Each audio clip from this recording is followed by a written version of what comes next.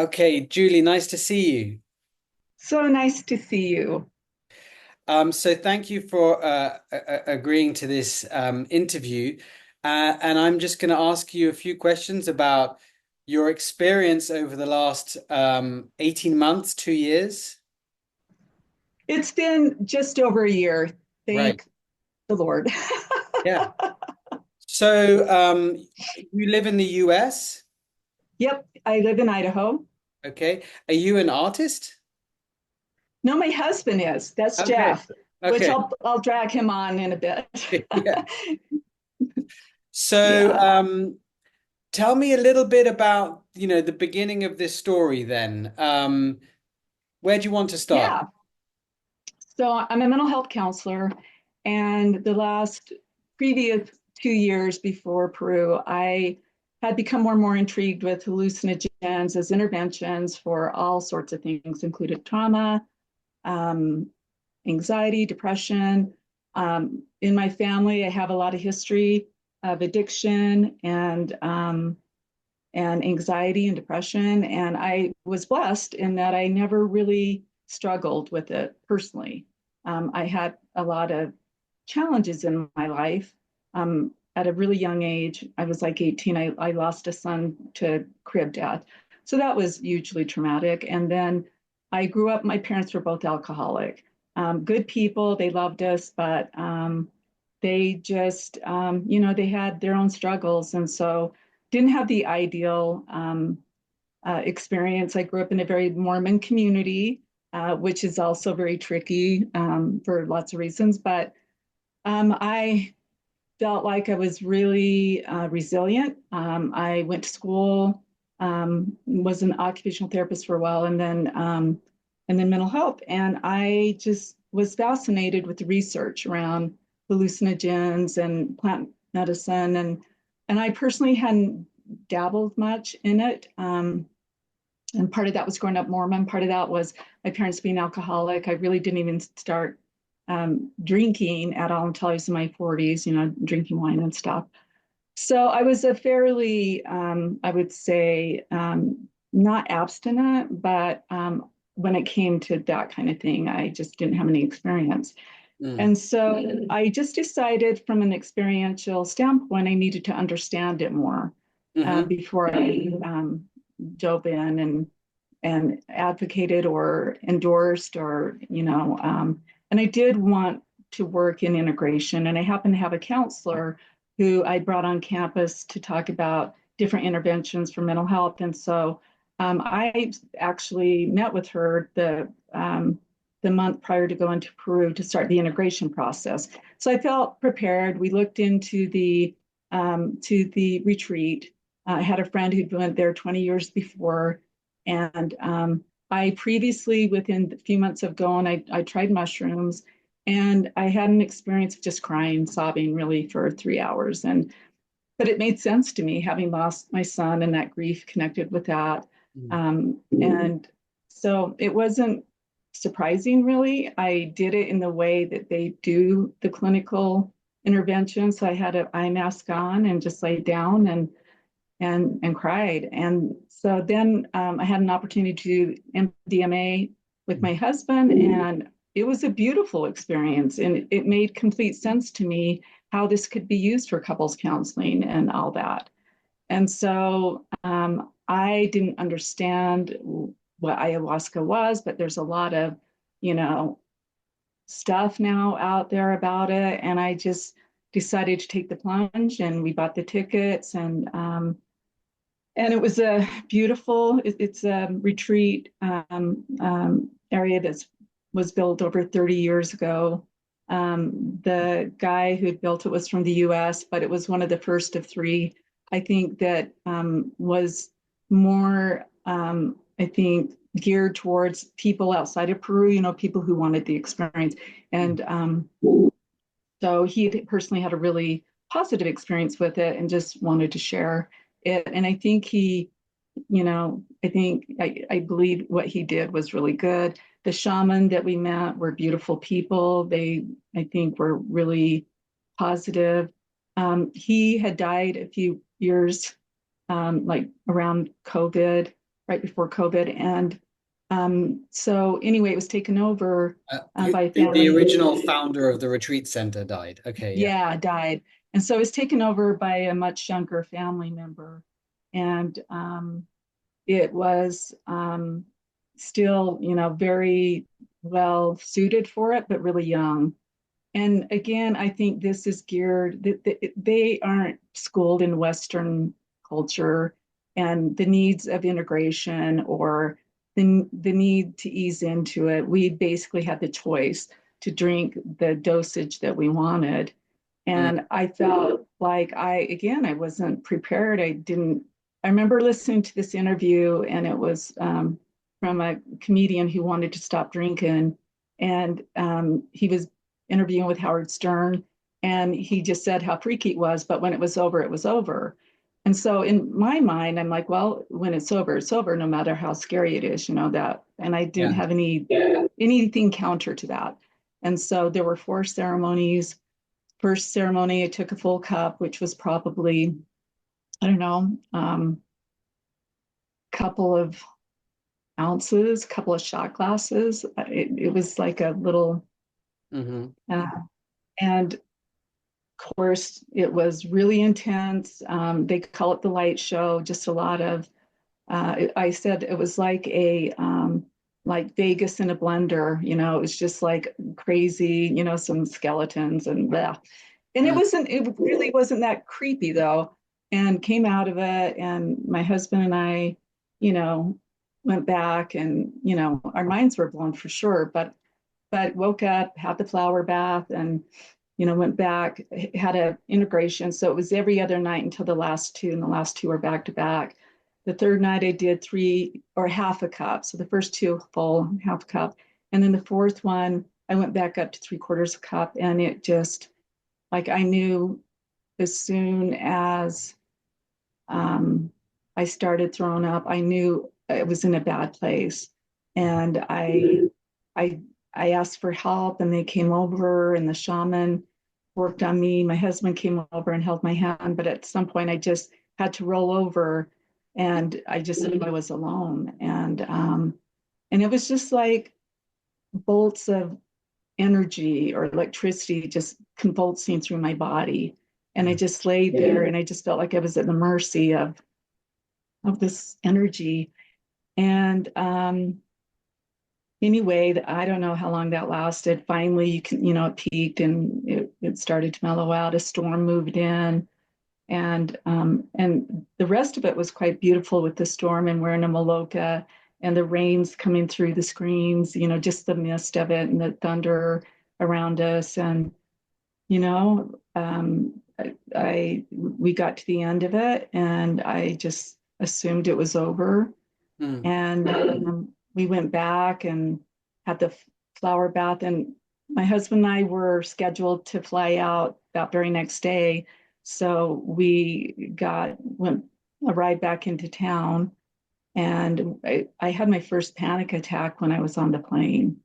And that's a long plane ride, And so that was, and luckily had Benadryl. That was the only thing that I could use. And then we made it to the airport, the Salt Lake airport finally, and then, or the LA airport, had to sleep a night on the floor, made it home. I would say for the next month, I was in shock, although I instantly started losing weight, and that was super scary. I ended up, at the lowest part of my weight. I was down to 104. So then it just started becoming obvious that something was wrong. So, Julie, do you think uh,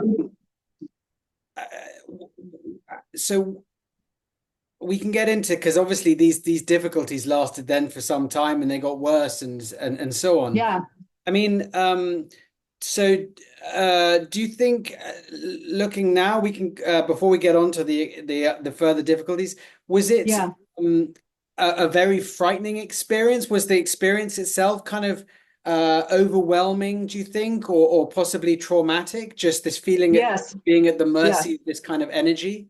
Yes, absolutely. It was traumatic and very overwhelming. I felt hostage. I felt hostage for those few hours. Um, and um, and I was, like I said, I was in shock. But when I asked for help, just the fear, because I knew that I had slipped over to a different, it was, something my system wasn't ready to handle. And and then like I said, I just felt like I had to surrender to it.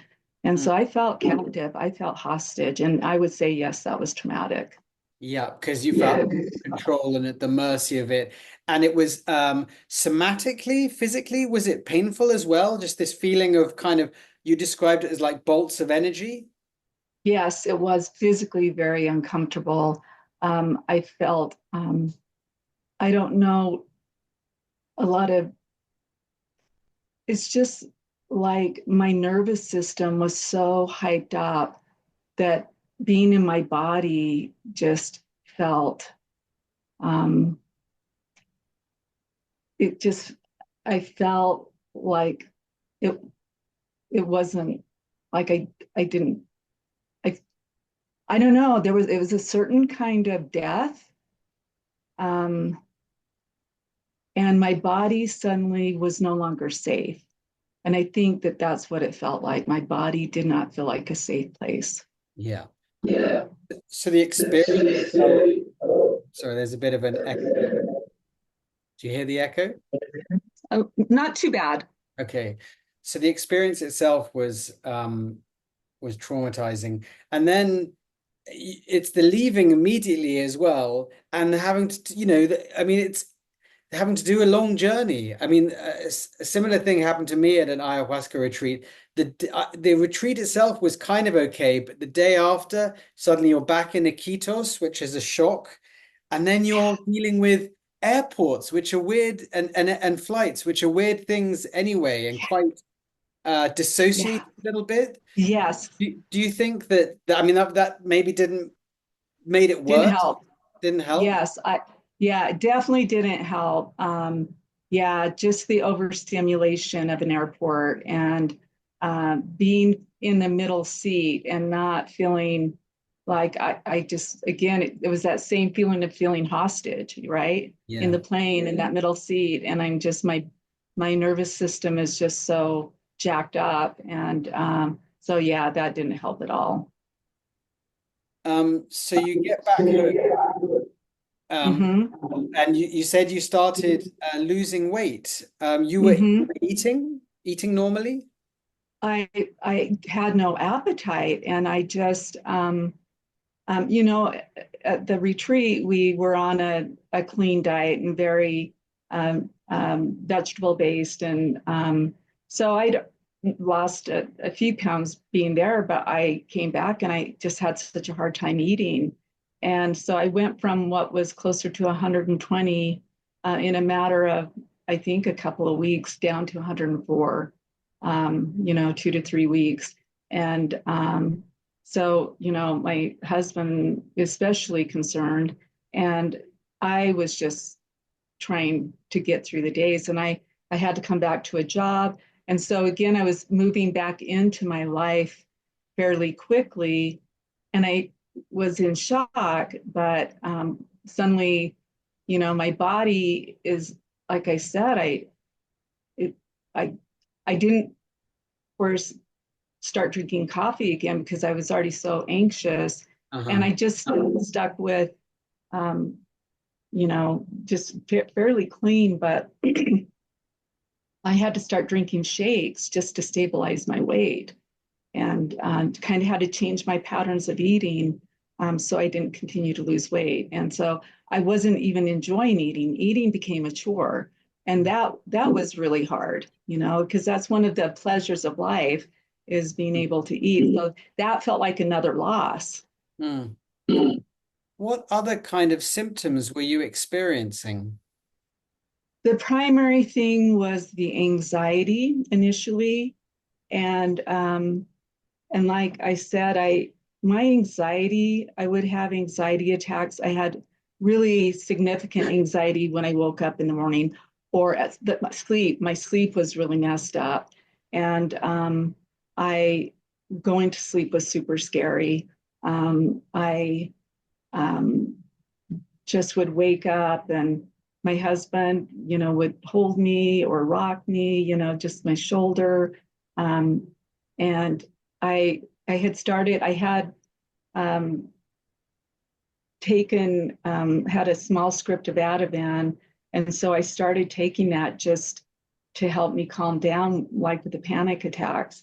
But then very quickly, and I never took a lot of it, but psychologically, I became like I just couldn't stop taking it. And that really bothered me.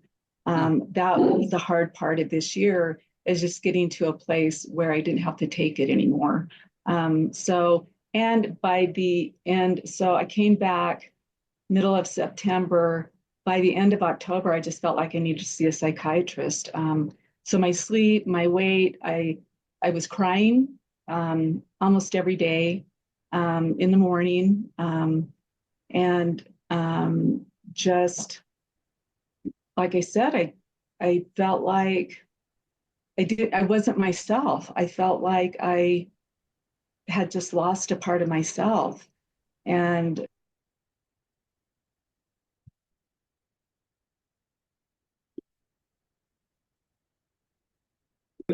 okay, yeah, so definitely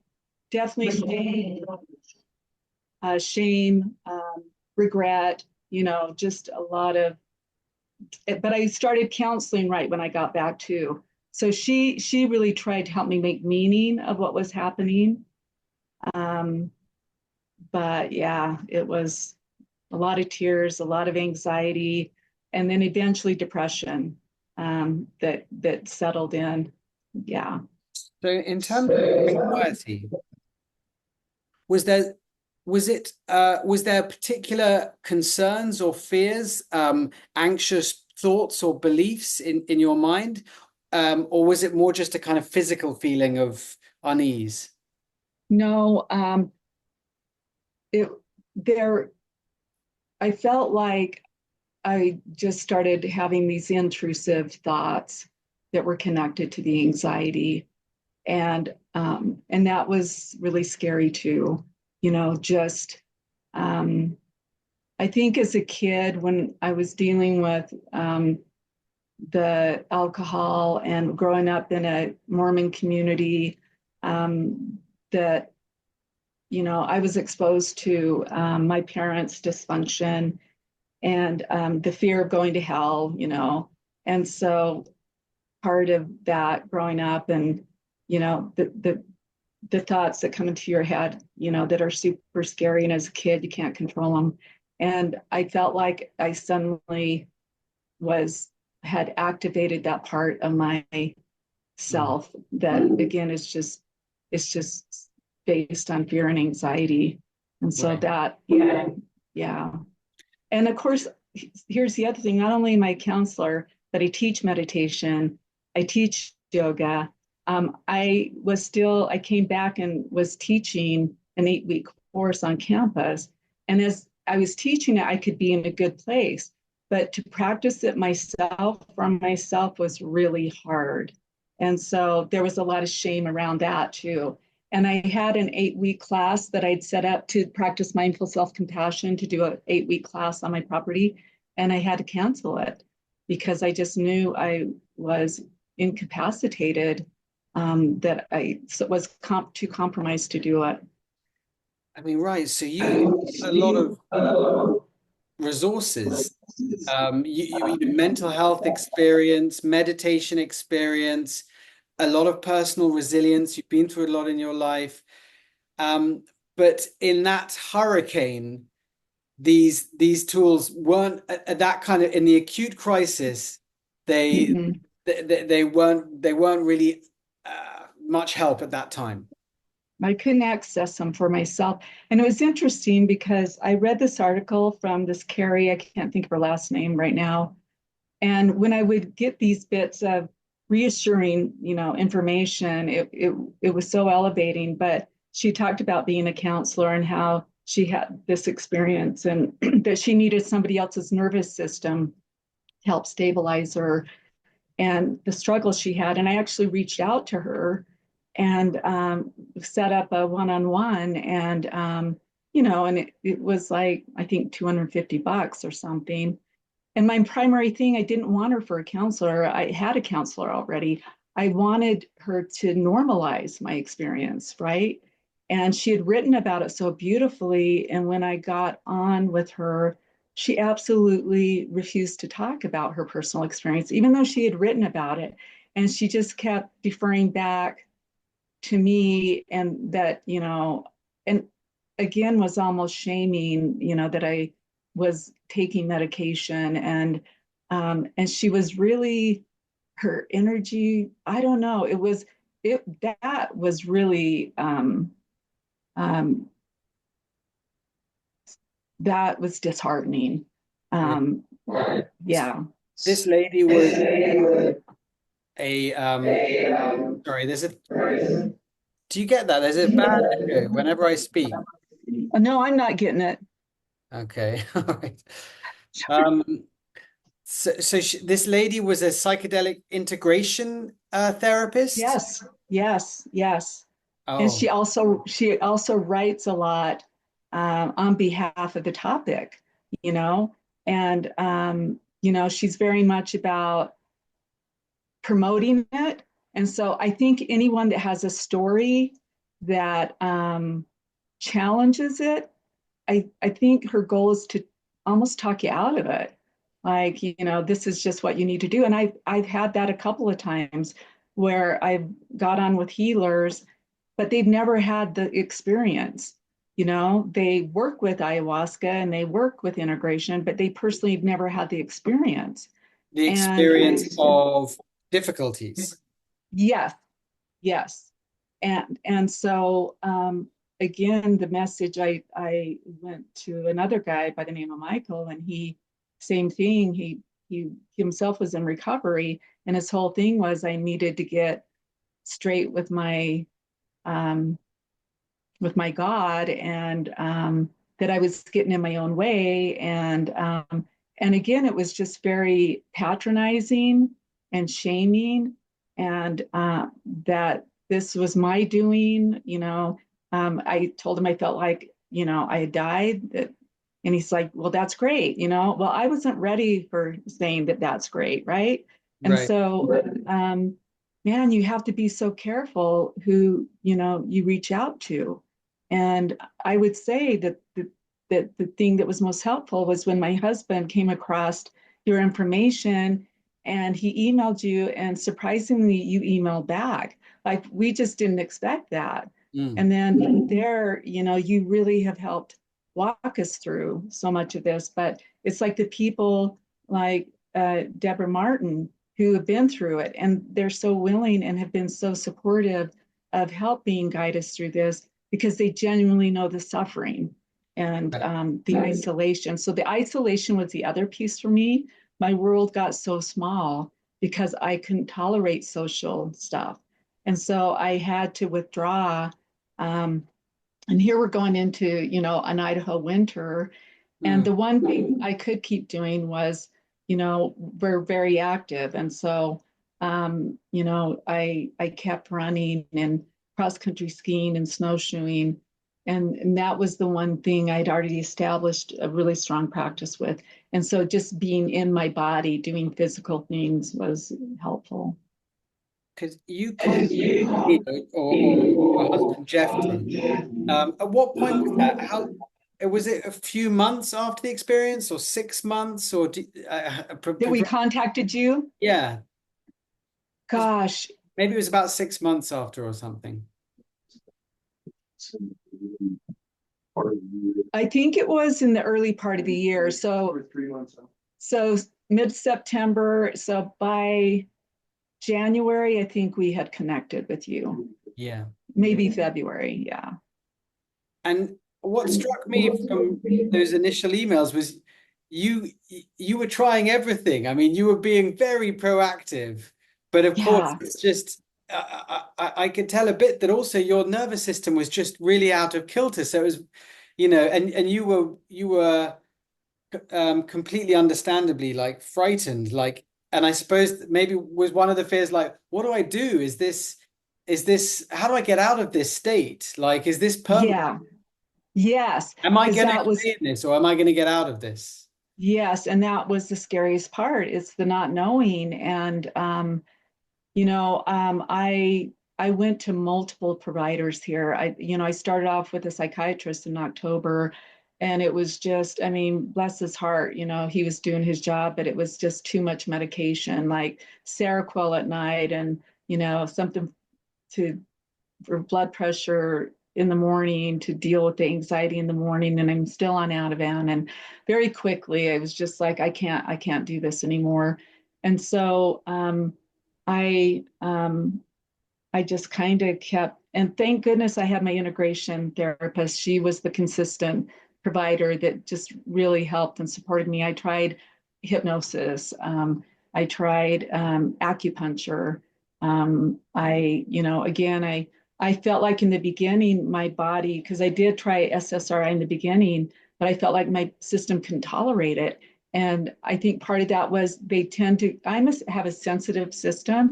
And so the typical dosage that they would prescribe, I think, was just too much. And I think my system was still jacked up. And so I was so afraid that I had serotonin syndrome where I could no longer take anything with serotonin. And that really scared me. And so again, the you just want it fixed right away and you don't understand. And again, I understand the neuroscience around um, um, you know, neuroplasticity and how what we practice grows stronger. But I started from such a scary place, and it was such a roller coaster. And there were days. The other thing that I think I did right was I kept going to work, and that was hard. I mean, I would be crying. Jeff would drive me sometimes to work, and I'm crying. I would have to shut my door sometimes and just start crying.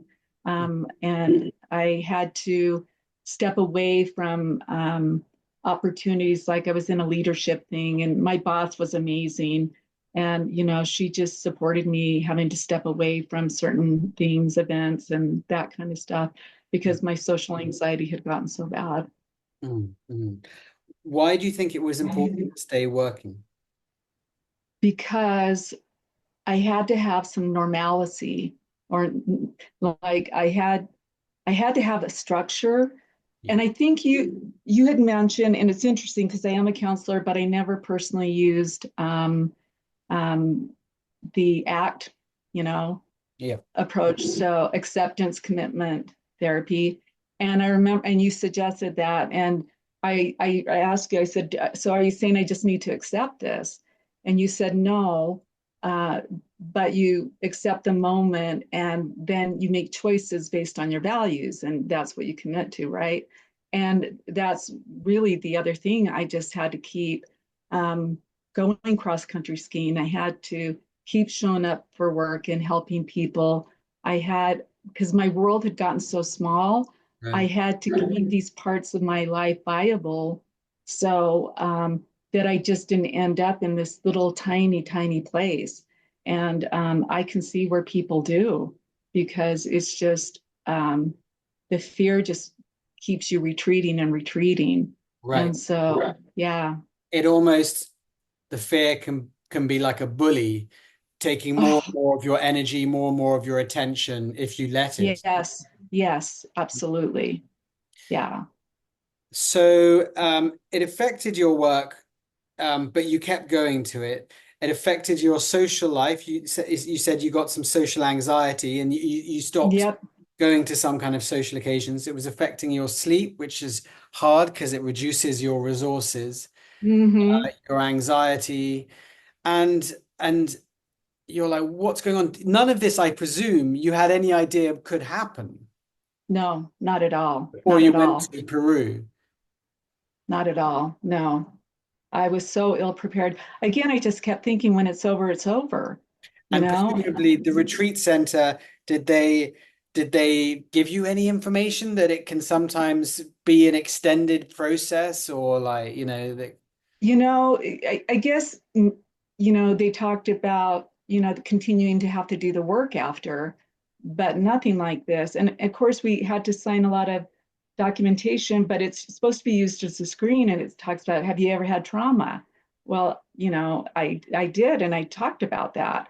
And Mm, I understand now that trauma can be an indicator for someone who ends up with, these extended, really uncomfortable outcomes. mm. And so I feel like they have the screening forms but there's no one on the other side that really is interpreting this information in a way that they need to say, look, right?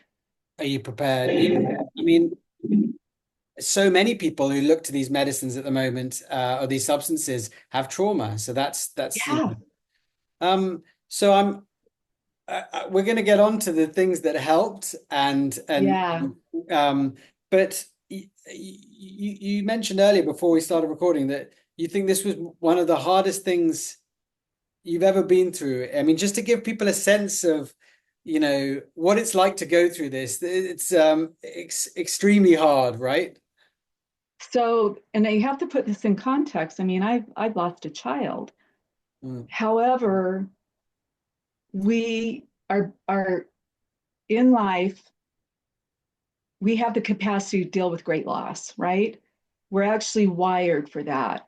And it's relatable. So when you have a loss like that, you have people around you. You have people who can relate to you. You have people who've had their children that they've lost, right? So you have this relatability that allows you not to feel so alone.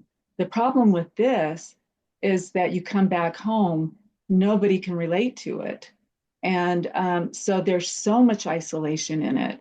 And then you chose to do it. So there's the shame and feeling, just so stupid and ignorant that and even though I had my reasons for wanting to do it, and I still feel justified in that, I didn't understand what I was saying yes to. And that was very unwise on my part. But um, it's the isolation and then your body going through this and anxiety. And grief is, again, I've had lots of grief in my life. I've never had to deal with this kind of anxiety, and it's paralyzing. And, it's just, um, and again, not knowing, there's no normal thing that says, okay, this is going to last 6 months, or it's like an extended labor. Like, what makes labor so hard when you're delivering a child is that you don't know when it's going to end, especially now. Back that when I had babies, you didn't have uh, spinal blocks or whatever. um, so it's like months and months of that, like this horrible pain and discomfort, but there's no even guarantee that it will end. yeah. And And I think, very little information. And then when you do go to experts, sometimes they are shaming in some ways, or yeah. yeah, yeah. And I, yeah, it just, there's so many unknowns to it. And I just, the minute to minute life, I would say time slows down a lot. Now that it's been over a year, it was a year in September, is that weird, that year feels like a weird period of time. And I looking back, but when you're in it, it's like moving through mud. You just, Mm, but it's like you're in mud and you're trying to run because you're so scared and you can't. wow. Can I ask Jeff what it was like for you to go through this with you? Hey, how's it Jeff, going?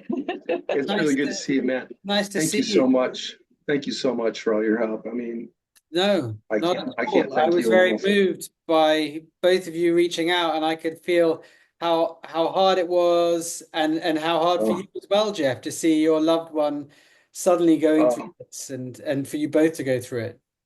it was the hardest thing, probably the hardest thing I've ever been through. Because initially, I didn't know if she was going to live. I really thought when she was losing weight that she was just going to waste away and die, because it was just such an incredible impact on her that it was just horrid. And Yeah. like we were saying, like you said a little while ago, there's no information about it, very little. I just, scoured to try to find things, and I found a few little things, but it was really hard. And not knowing when it would end, or if it would end, if she would fully recover, it was terrifying for me too. Mm. And I'm just so grateful. Just so grateful. I mean, it's. That it passes. Yeah. Oh, yeah. Oh, yeah, I'm so grateful for you. Oh, you and just the fact that she's back. She's completely back to normal. Well, And, mostly. I'd say you're back. I mean, Yeah. these things change Yeah, one. So you're never the sure. person you were, but you Yeah. can function. You can enjoy Right. parts of Yes. life. And you're vulnerable for sure, to some degree, but you're also, eventually she'll be more resilient. I mean, I've been through some stuff with hallucinogens myself, some really bad experiences, and so I had kind of I think a better understanding than most people about what it must be like for her. But just being with her hour by hour, I mean, there were so many days when it was just minute by minute. She was just on the edge, and I just didn't know. She would just start crying, and I just didn't know, if this was the time. She just like wouldn't bounce back. I was really worried. Yeah. And I never wanted to kill myself, but I remember thinking like, I don't want to live like this. Yeah. Yeah. It was hard. It was really hard. And she would have little moments where she would be encouraged by something, and that would help. But the way the mind works when you're in a state like that is it always goes to the most negative possibility, because you're in so much fear. You want some kind of guarantee that it's going to be okay, but there is no guarantee, and so you always look for some way that it's not going to happen. Your mind does. And yeah, it was a horrible struggle. And I know she was, at times she was just so on the edge. I would just rock her, just to try to calm her system down. But I mean, it was horrid. She couldn't sleep, and she couldn't be awake. It was just the most terrible place. And I'm so grateful that she's healed, Yeah. for the most part. Oh, it's been hard, but so wonderful now that we're out of it. So grateful. Thank you. Yeah. Julie, what advice would you give to loved ones if people if they have partners or friends going through something like this? What is helpful in terms of how to support them? And because I suppose it becomes hypersensitive to what people say as well, right? Oh, so bad. Yeah. He became very good at, like, because other people even, would say things, and, you just can't tolerate, anything that's happening. Like he would give me back, body rubs all the time. And like I said, he would just gently rock me. He was always so encouraging that it was going to be okay, and that we were getting through this. And we had, and his willingness to look for information and anything that was relatable, like, it's because of him that we found you. And just making me food, he really helped me stabilize my weight. And just so much love. I mean, he was, and I know he was suffering, but he just gave me this feeling that he really believed I was going to be okay. And I really needed that. Yeah. I try to filter things too, because she's so sensitive to anything negative. So I try to just keep things, if I knew that it was something that was going to be triggering her, I would, and I would try to read things for her beforehand. Yeah. just to keep her from that stuff because, I wasn't trying to be deceitful, but No. I just knew what it would do to her. And I knew that she didn't need that. She just needed every bit of positivity that she could, that we could get. Yeah, that's So, the tricky part too about other people's stories, yeah, because they can also be triggering in a very, yeah, yeah. Well, If you get if a they're not story, out yet right. If you right. get a story about somebody and who's they're still 3 suffering. years in and they're still, that's a horrible thing to hear for somebody who's even, at the beginning of it. It's just unbearable. Yeah, Because when you're So, out of it, you can look back. I mean, I had difficulties for longer than most, yeah, but yeah, and I look back and I'm okay, so I can talk about it. But when you're in yeah, it, time, as you say, is stretched. So the idea of going yeah, through that for a year, 2 years, yeah, I- yeah, it's like it feels unbearable. When you've gone through it, then you can look back and say, I did that and I could go through it. But at the time, the yeah, idea of a stretch like that feels yeah, unbearable. it's yeah, incomprehensible yeah, that you've got to walk that long with that kind of burden. It just, you don't even know how to deal with it, I think. yeah, Yeah, in journeys like that, you kind of don't want to know the length. No. You just like because it is unpredictable as well, and I yeah, think we can eventually maybe help to reduce the length of time that people go through these. right, right, I guess right. people are, sometimes people are looking for explanations. What's going on? What's my theory about what's going on, and therefore how I can recover? Did did Yeah. did you both have that? Like, like searching for a theory. Is Oh, this yeah. Oh, yeah. immune system? Is this neurological? Is this spiritual? Yeah. Yeah. Yeah. And Yeah. that's And you that's don't really know. you don't really know. Yeah. For sure. Well, and that's where, sometimes when you're going to these healers or spiritual people, I went back to a shaman who worked with ayahuasca too. I mean, I was just willing to search anywhere and with anyone, but um, there's a lot of pressure around that you need to sort through the spiritual journey. And so when it's not resolving, I think you keep feeling like somehow I'm not getting it, right? Mm-hmm. You're Um, responsible. and it was interesting you wrote the article about the um,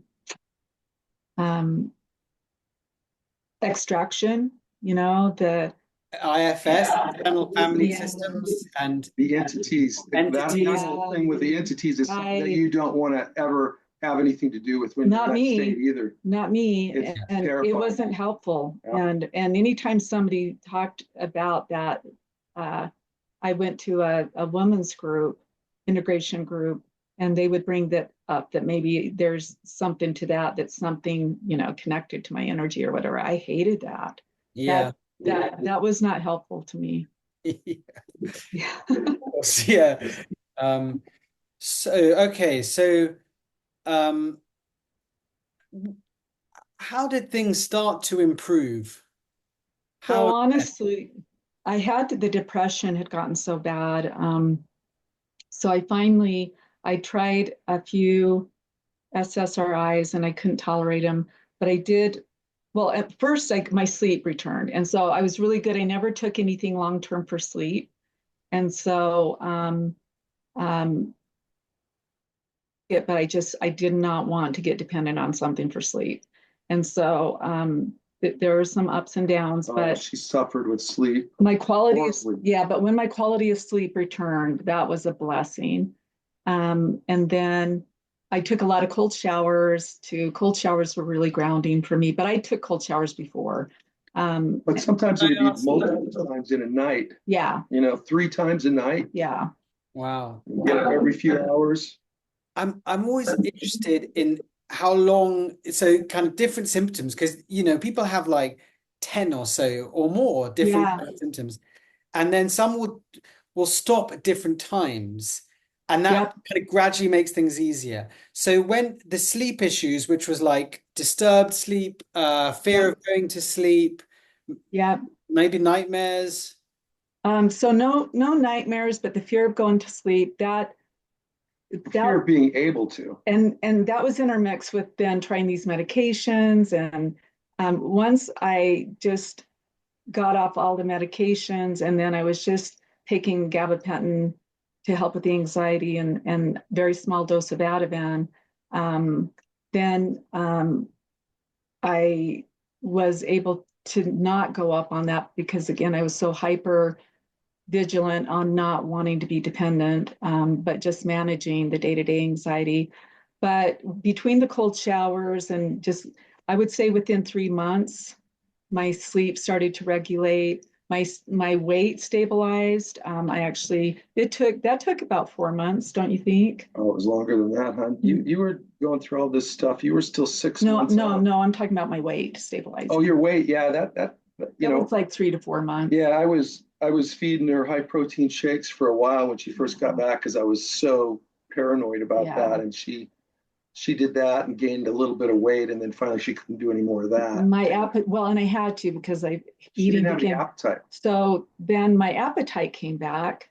And that was within like 6 months. I started having a normal appetite. Um, and like by spring, I started doing more social things. So going out hikes with friends you know, um, and then I, in, let's see, I think it was July, I started some Lexapro and just 10 milligrams. And so 10 is the low dose they start you on, and I've never had to go up from that. And so that helped me with my depression, and I stopped crying. I think it helped. Yeah, so Some with the anxiety, but not the morning anxiety. She's still having yeah, that. and I had read a few other accounts of people finding that Lexapro was helpful. So we decided to go for that. But she had a really hard time doing it because there's this whole idea that using any kind of medication is somehow. Yeah, I told him about the somehow. serotonin. Mhm. Well, you mean kind of and there was psychedelic pill shaming. Yes, Yep, yes, yep.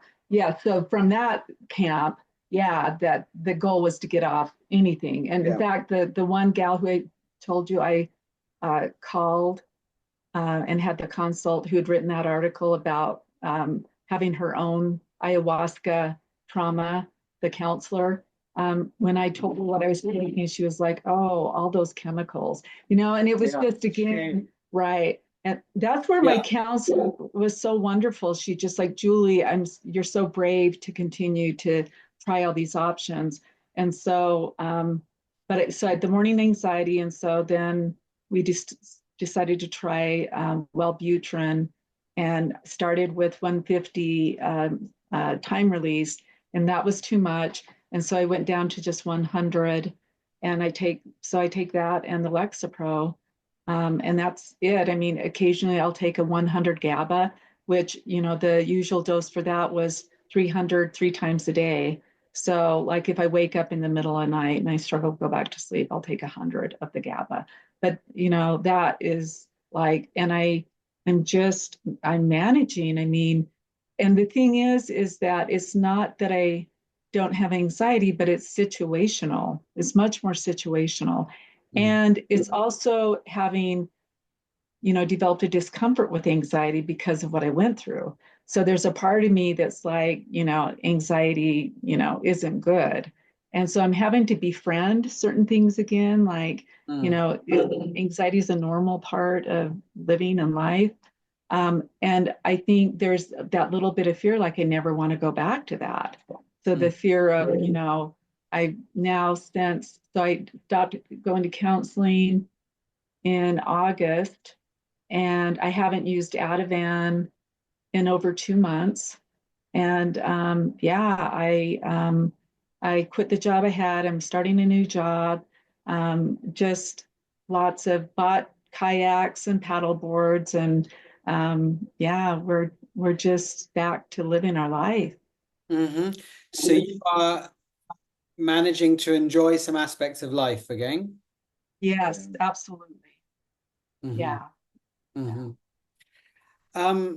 what advice would you give if someone's watching this and at some stage in that journey, or I don't know what metaphor we could use, but let's just say that someone's watching this at some stage of post-psychedelic difficulties.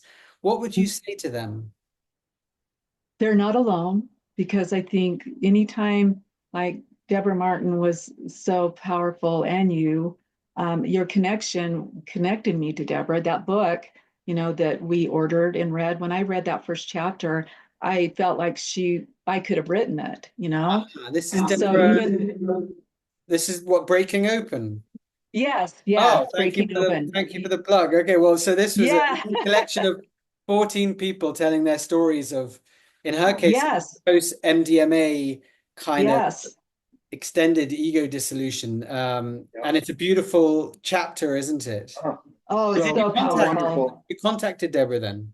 We're still in touch. She Okay. is just so beautiful. And I had a student who went through it this summer. She did mushrooms and acid, end up in the same place, and didn't know where she could go. And the counselor working with her knew I'd been through it. So she came to me, and I also connected her to Deborah, and I connected her to your information as well. But that was the most important thing. Like, you're not alone. Don't let people pressure you. I had a lot of pressure to do it again. And I felt a lot of, right? Yeah. So the healers and the people that are in that realm, like, you just got to go back in. You have to face your fear. Right. You have to do it again. Yeah, that's the answer, is to do more and somehow break through some, they Right. don't give you space for the fact that it could just be traumatic in and of itself, and biochemically, that your body is just can't Yeah. take it. Yeah. It's And, traumatized. even though I had a great experience with MDMA, the reality is anything could, and Deborah was really, I asked her about it too, because she had the experience with MDMA. And she said, Julie, I would make sure your feet are on the ground for a long time before you consider that.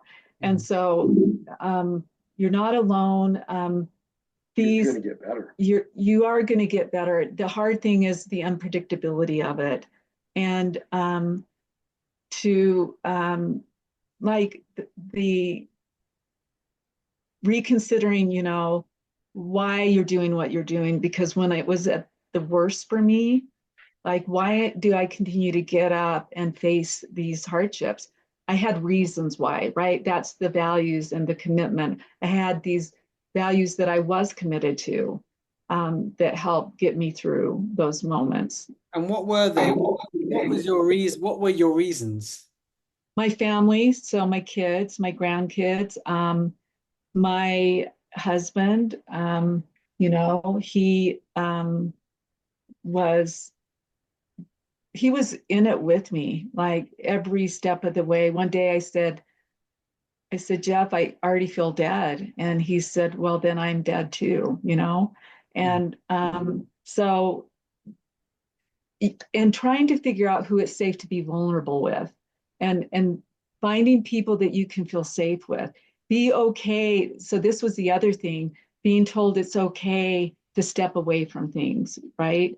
Um, that you might lose relationships over this. I had one woman who is a neighbor, and I love her, but she's very much about,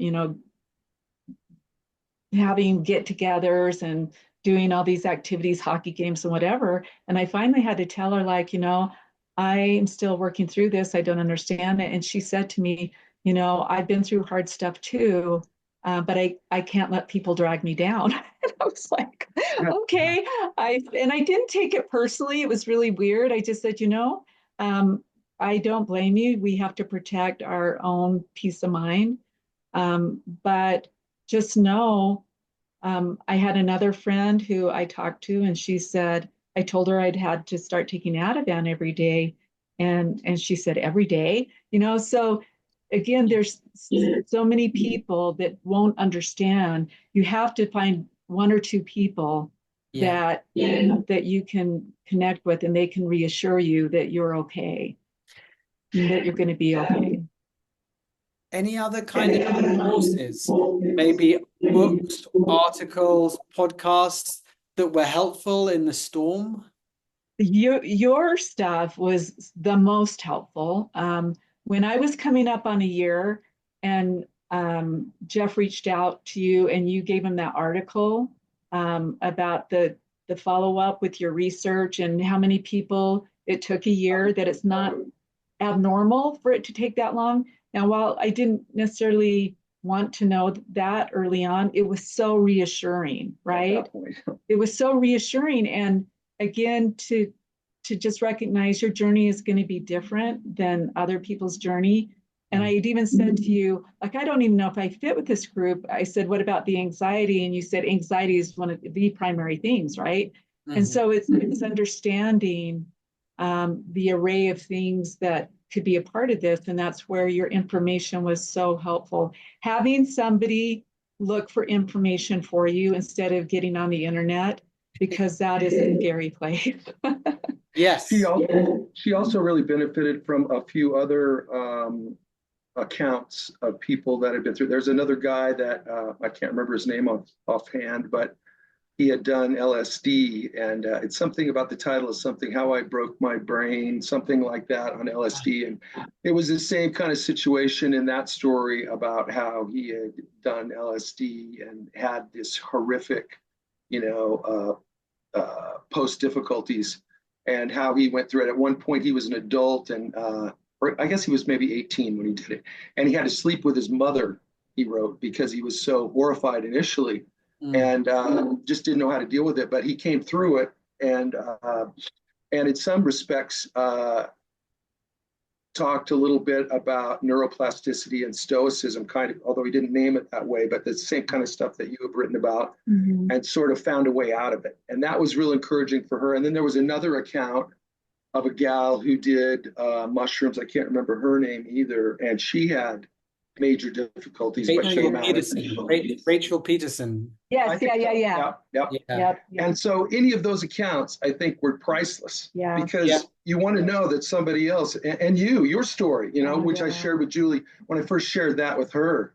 I mean, that it's just a lifeline, to know somebody else has been through it. Your story and your research. Yep. The study. Well, self-kindness, lack of information, and your story as well is going to help people as well, because it's as you say, they're priceless. And actually, that's something people say in our research, is that other people's stories, people who've been through the same thing, because it is hard to understand if you haven't been through it. I've interviewed veterans who fought in 2 wars and were injured in wars, and they said their kind of problems after a psychedelic trip were involved worse suffering. So it is, this is why it is worth researching as well, because these are somewhat rare, maybe 5% of people, but there's a depth of suffering which is, like trying to help people out of it, Well, and I wonder, Jules, like, just since I've been through this, in Idaho, I know of 7 different people in Idaho that is a part of, indirectly or directly, my network. And so the student who I worked with on campus and her friend has been going through a similar thing. My counselor had a couple of people with ketamine who have been completely unraveled. And she said one of those people went to 7 different providers, and they don't know what to do, like between mental health and medical providers. So they throw their hands up. So I feel like there's these places where this stuff is, illegal, and that we just don't even really know the percentage of people that are struggling. I think it might be more widespread than we even know. Wow. And it's, of course, the sympathy I feel as well is like the journey to try and find help and all these different providers, and that can cost a lot of money as well. I mean, so much money. And I think also there's a danger, like the psychiatric route too, can, it's not for everyone, and people can fall into the system, and if they don't have support and they don't understand, I mean, they can, for instance, being committed to a mental hospital and so forth, you can fall into the system and that can be a really hard thing to get out of too, Yeah. and could be sort of a self-reinforcing thing if you're Yeah. branded, you know, to have mental illness. And I think some of the accounts, and maybe even in that book and other books, talk about that too. Yeah. Of course. And I think sometimes these problems can be misdiagnosed. I mean, people can get post-psychedelic psychosis, but things like hallucination, persistent perception disorder, or derealization, or these kinds of things can be misdiagnosed because people just really aren't familiar with them as well. I mean, a lot of the, Yeah. and it's just, and there's still a mystery, isn't there, as well? Like, you know, you you'll never entirely know. I mean, this like, the shock of energy, and then this kind of nervous system dysregulation, the hypersensitivity. I hear Mhm. similar kinds of stories, very similar. Yeah. Hypersensitivity, somatic or nervous system dysregulation, and we Hmm. won't really, well, we don't know at the moment, like what are, these sudden bolts of energy or different things. So one has to kind of, I suppose, accept that there's, well, we've Yeah. come through it. We won't Yeah. maybe fully understand it, but Yeah. Yeah. yeah. Yeah. But yeah, just hearing the stories, connecting to the people who understand it, feeling understood, and again, that's such a key that you provided for us, is connecting us to those people. And We're so grateful. yeah, Well, it is a network, isn't it? It's a network it of is. a net. Yeah. Um, so finally, Jeff and Julie, my parents, by the way, are called Jeff and Juliet, but that's anyway, Jeff and Julie, what message would you have for psychedelic culture and this nascent psychedelic industry? People need to be informed. People need, even though it's maybe a rare thing, it is a rare thing. One thing I'm glad about is that I understand now. So if people are talking to me as a counselor about even ketamine, like that there is a potential that we don't understand. And so I think we need both both sides. And I understand the enthusiasm marching forward. It's very exciting. But my counselor said to me, she said, Julie, at some point, she said, I helped her so much. She said, Julie, this is not just integration and it's not just trauma. There's another piece to this, right? That we don't understand. And so it's changing the way that she supports people. And even probably if they start exploring these options, just to be informed Mm. and to recognize. I know that there was one gal that had really horrible struggles, but was still involved with a group of people that talked about um, being sitters or helping people integrate. And again, they were all very enthusiastic, and she had to keep saying, okay, but you know, that's not the whole story. It's not necessarily over when it's over.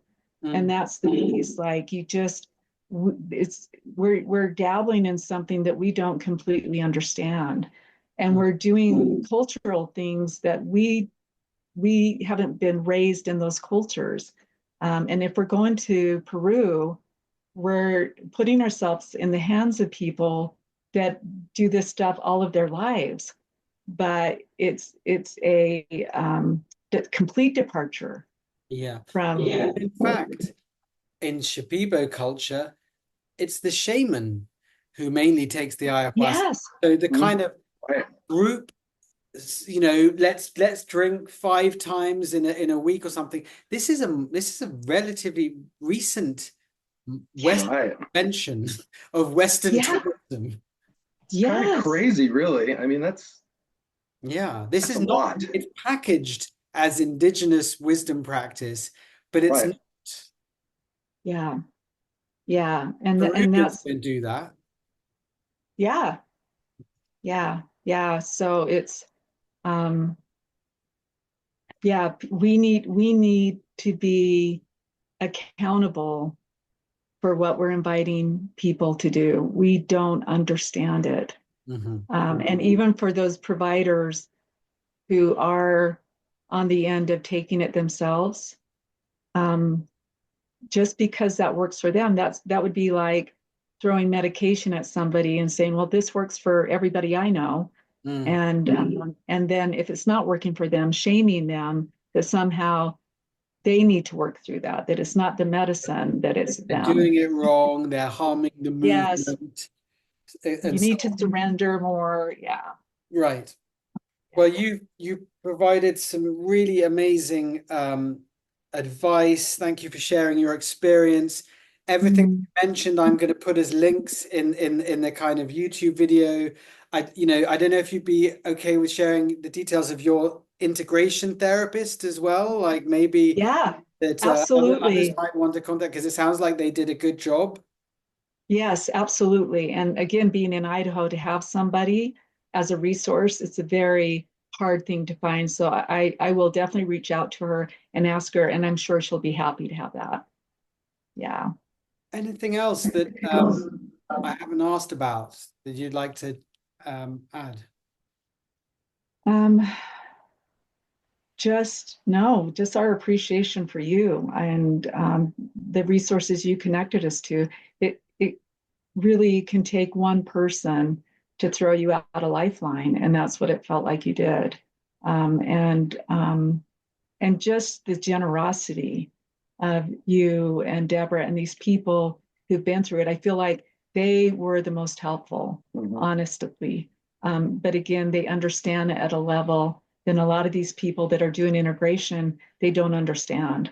They don't understand it. Right, right. So, yeah. Well, there is a network of people who've gone through this, and also similar things like meditation, adverse events, people who went to a meditation retreat and then suddenly for a year they're dealing with nervous system dysregulation or derealization, or just spontaneously as well, like other people in that book, just out of the, bolt from Yeah. the blue kinds of things. So Yeah.